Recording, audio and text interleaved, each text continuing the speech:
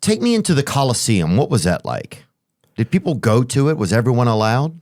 Yeah. The Colosseum is open. And why did it happen? Why did they build a Colosseum? So, well, because they're Rome and they are hugely wealthy and hugely powerful. And so they need to have the biggest, theater. So it was like Texas. We want to have the biggest thing. Yeah. We want to have the biggest thing going. Like that's what we want to have. The Colosseum is like a later addition. Like it doesn't come until the imperial times. In the 400s, when was the Colosseum? No. The Colosseum is, in the first century is when it's coming around. It's like Vespasian is the one who kind of kicks off that project, and then it takes many, many years to get built. Vespasian also famously, when he was collecting taxes off of the urine that they would collect, and people were like, that's a little disreputable. Oh, they were collecting urine? When they're collecting urine so that they could do all the, so they could wash the clothes, right? And he would collect a little tax on that, and he would get money and be like, oh, it's kind of a gross way to make money. And he goes, money does not smell. Right. So he also started construction of the Colosseum. But so they do this.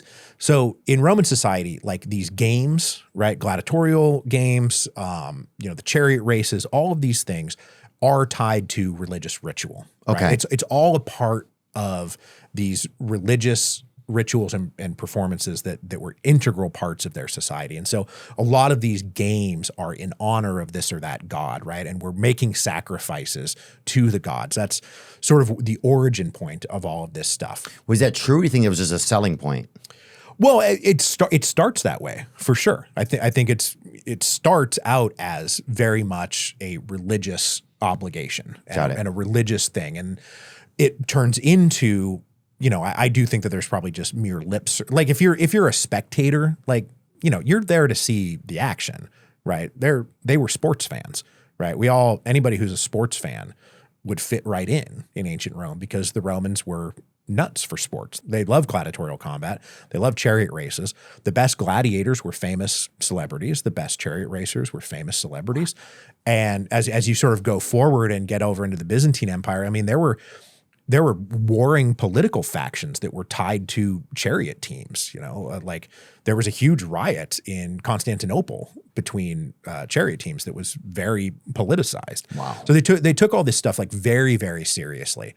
And throwing these games was a way to bring people in and entertain them so that, a little bit so that, it's the opiate of the masses kind of stuff.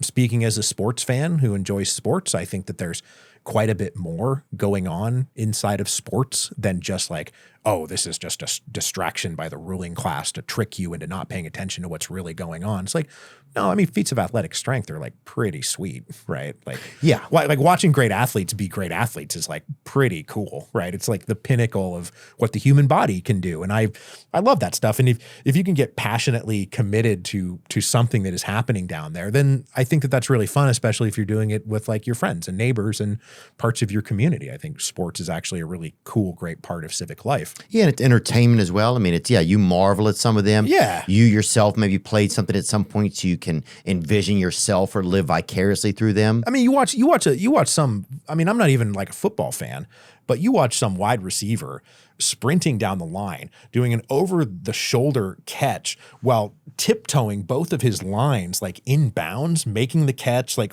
this stuff is like crazy. And you watch it and you're like, this is just inherently cool. Like, don't tell me this is just homoerotic too at times. They are fit, aren't they? Yeah, they are. But so that kind of stuff, like that kind of like, enjoying sports in that way and competition in that way, is a very human thing. And the Romans were huge for it. So that's where the Colosseum comes from. Is it true that the animals would fight the people and stuff? This stuff gets into like, those were usually like, it's overblown. Like when you see it in the Gladiator movies, like certainly things would go on, but those were usually like if the exotic animals, so like exotic animals absolutely brought into the mix. Okay.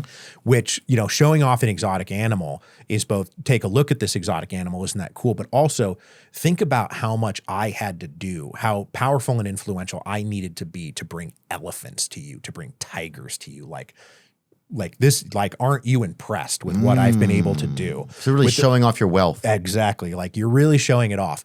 So there would be hunts, right? And there would be like hunting sort of exhibitions, like great archers they would go out and shoot tigers.